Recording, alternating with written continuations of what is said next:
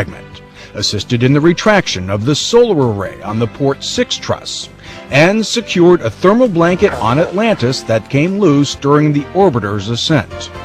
Presently have 1, 2, 3, 4, 5, 6. In another development, Expedition 15's Fyodor Yurchikhin and Oleg Kotov restored normal operation to the station's 6 Russian navigational computers after a glitch shut them down for more than 2 days. Expedition 15 flight engineer Sunny Williams returned to Earth with the Atlantis crew. During her stay on the space station, she set a new female time and space endurance record. Williams broke Shannon Lucid's 1996 mark of 188 days 4 hours by more than 6.5 days.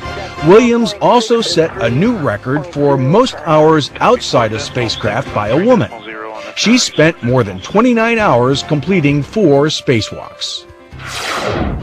NASA's next scheduled science mission is Dawn. The spacecraft will travel to the asteroid belt between Mars and Jupiter and then orbit Ceres and Vesta, 2 of the belt's largest asteroids. Scientists believe Ceres and Vesta hold clues to how planets formed billions of years ago. The Dawn spacecraft will be the first to orbit an object in the asteroid belt, and the first to orbit 2 bodies after leaving Earth. Dawn is scheduled to begin its 8-year flight on July 7th.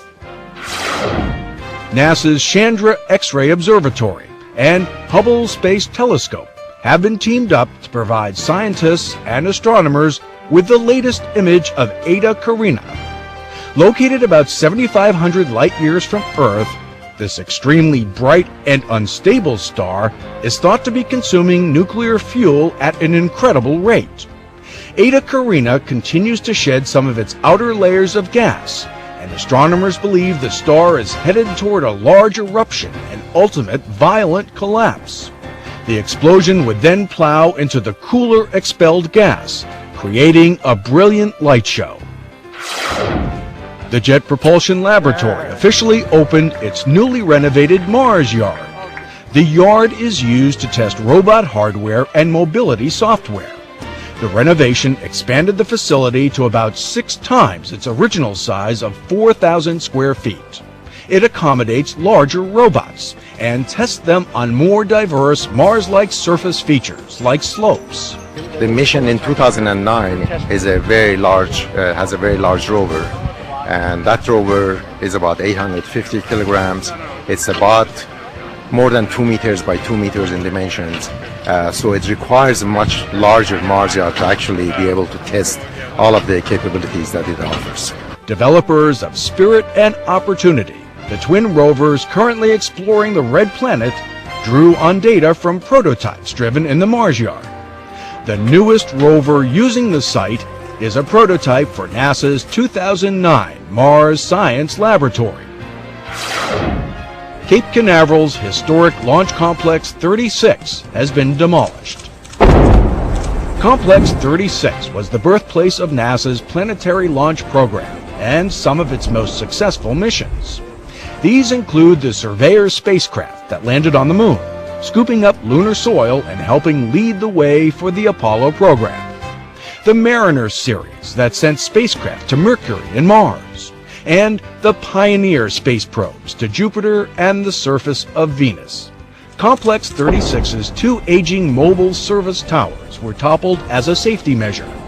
They've been idle since the late 1980s, when Atlas rocket launches were shifted to Cape Canaveral's Complex 41.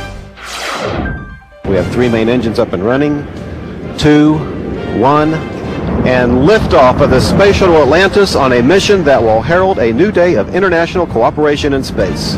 On June 27, 1995, Space Shuttle Atlantis was launched from the Kennedy Space Center to begin STS-71, the United States' 100th human space launch. During the mission, several historic firsts took place. Atlantis was the first space shuttle to dock with the Russian Mir space station, forming what was at that time the largest spacecraft ever in orbit. STS-71 also featured the first shuttle changeout of a Mir crew, from Mir 18 to 19.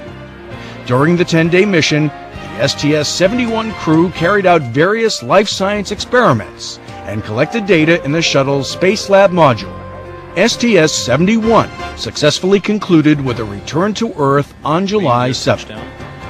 And that's this week at NASA.